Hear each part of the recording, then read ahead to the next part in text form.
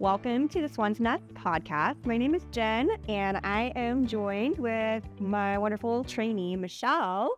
Hello. Michelle, tell us a little bit about you and your background in your education. I started as a teacher. I have a bachelor's degree in elementary education. I have a master's degree in special education. So I started as general education, and then I went into special education teaching. And when I met another teacher and saw kind of how ABA worked a little bit, then we started talking more and more. And then I started going into the ABA trainee program here when I started my classes. Your graduate, yeah, my second. I always just say second graduate, second master's. It's technically a postgraduate certificate in applied behavior or applied behavior analysis. Yeah, I know. I just always say, I just joke, I'm like, I have 2 master's degrees. Yeah, it's essentially the same very thing. close, yes. So what was your experience as a special educator, and what kind of drew you to want to go into ABA? So I love working with the special education and helping the students learn more things, but in education, it's very restrictive. It's very based off of state standards, and everything has to be a certain way. The thing I like about the ABA is it's more about the learner and how they grow. It's STEM-based, so they get to have a say in it, the parents and the kids. Yeah. So I don't feel like I'm forcing them to do things, but they're still learning and they're happy. And yeah. they're safe. Yeah. And assent is something we talk about a lot, and it's something that's part of our field work. And you mentioned that it's something like you feel like you're not forcing a kid. Tell me a little bit about some of the ways that you do like assent. What does that look like? So I will try to, I'll ask them if they want to do something. If they just say no, I might try to make a game out of it and get them to play. I use bubbles to get a little guy to go to the restroom. Just try to make it fun for them and get them to where they need to go if it's something they need to do. We use positive reinforcement for things. And if they withdraw assent, they can tell me no, or they can pull away with their body and just turn away.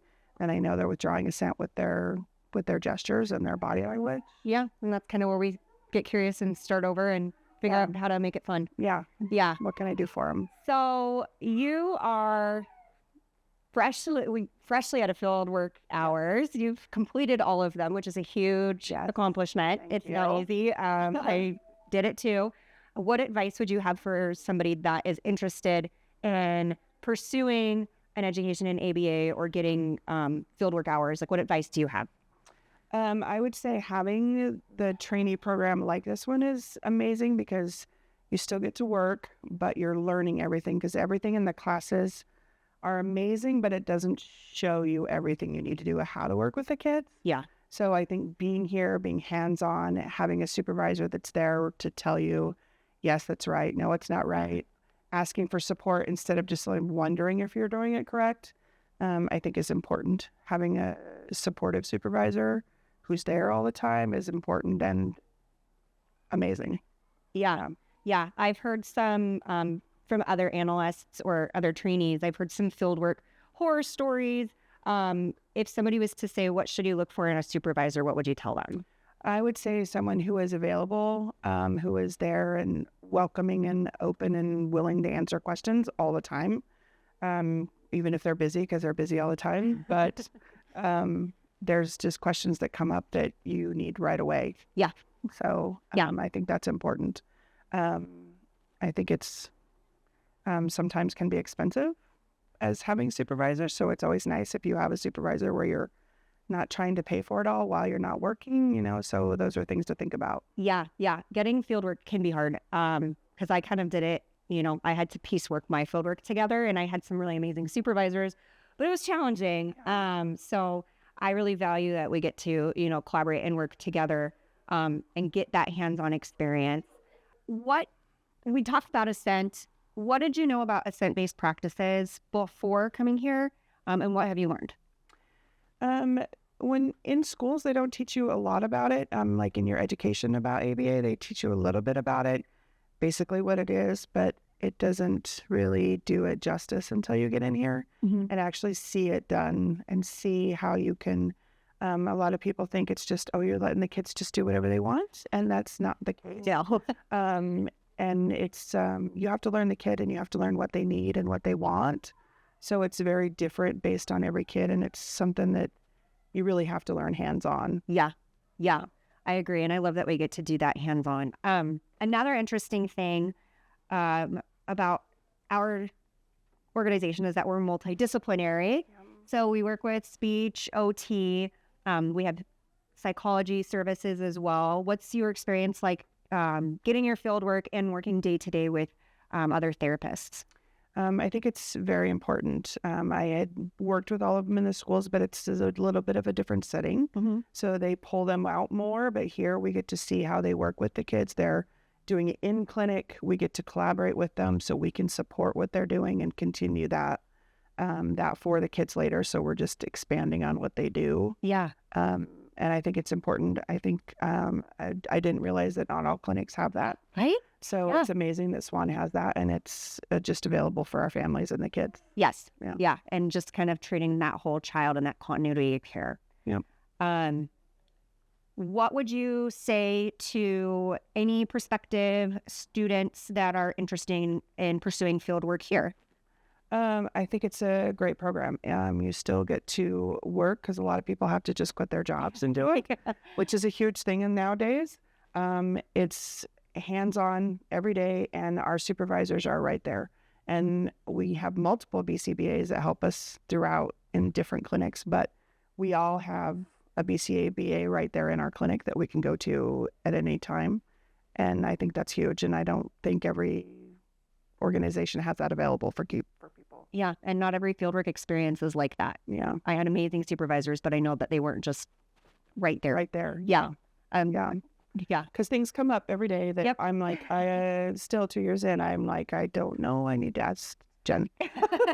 So I think it's important to have that right there. So we're still here, but this time I'm joined with Aubrey. Aubrey, tell us a little bit about yourself. Hey, so my name is Aubrey, and I have my bachelor's degree in psychology from CMU. I am currently pursuing my BCBA degree, and I am about one semester in, and I've been at Swann Clinic for 2 years, though. I started as an RBT, and I'm now a trainee. I know, you look full circle. What made you decide, first of all, to enter ABA in general as an RBT, but then what made you decide that you wanted to pursue becoming a BCBA? So before I worked here, I worked at a daycare before and also a nanny. So I love kids. And so when I saw the opening for Swann Clinic and applied for it, and that we work with kids 6 and under, I jumped at it and I love it. And through the career, I was able to see everyone else in the trainee position and the BCBAs, and it was really interesting to me. And since Swann Clinic provides the tuition reimbursement, that was a huge motivating factor for me to pursue this degree. So, yeah. So how has fieldwork been going so far? I mean, we offer a lot of different things from, assent-based programming to getting to work with other therapies. Like, what's your experience so far? So far, it's been great. I've learned so much more than I ever thought I would. It's only been about 4 months. I feel like I've already learned a bunch, and I'm excited to learn more. Yeah. Tell me a little bit about how it is being a full-time student and working full-time. Do you feel like your fieldwork experience complements what you're learning in school? That's also what I love about this program is my classes correlate with the fieldwork activities, so I get to apply what I'm learning in real-time clinical setting, and it's been great. That's awesome. Tell me a little bit about your experience, because I know you're starting off. You're doing amazing, by the way. But tell me your experience in working with other therapists like speech and OT, and kind of working ABA alongside with them. Yes, so that experience has been great because obviously we don't do speech and OT. So seeing them apply those skills and teaching the kids what they do is awesome. Then we can help complement each other and work together for the best for the kid, and it's great. Yeah. So you are in the thick of your fieldwork. You're in the thick of your master's degree. It's super busy. What advice do you have for people that are brave enough to do what you're doing or want to do what you're doing or are in the thick of it? I would just say to go for it and be confident in it because, like we said, the coursework does go with the fieldwork experience. So it all blends together seamlessly. So it's really easy to It's easy to apply what you're learning, which helps both ways. So the Yeah. schoolwork helps the fieldwork, and the fieldwork helps your classwork. Yeah. I know. I did all of my classwork before my field work. So it was kind of like a flip-flop. And so I try to make it really intentional where, I'm always like, give me your syllabus so I can give you some assignments. So I'm glad to hear that that's helpful. So you are not the only student right now who is going through their fieldwork experience. We have others. Tell us a little bit about Group Soup and what it's like being able to do the fieldwork experience alongside some of coworkers. So group supervision is super valuable because we get to hear a bunch of different points of views and other people's experiences, and we get to collaborate once a week, which is great. And either in person and online, we get together and we all get to work together. It's really nice to collaborate with other people. Yeah. And I'm not the only BCBA that offers supervision. We have other BCBAs that offer supervision as well. What advice do you have for somebody that is seeking out a supervisor? What should they look for? I would say availability first and foremost. Jen is great. You're great because you're either a phone call away or a foot away. You ask your questions all the time, which is super helpful. And I couldn't imagine doing this without having that support. Yeah. And the other supervisors are the same. We'll do regular check-ins. They'll join us for Group Soup. I will sometimes have you guys go to other clinics. What's that like? What's it like having multiple BCBAs that you can work with? It's cool because you get to see how everyone does stuff a little bit differently while we're all following the same path, but just a little bit more creative and seeing different skills from other people. Yeah.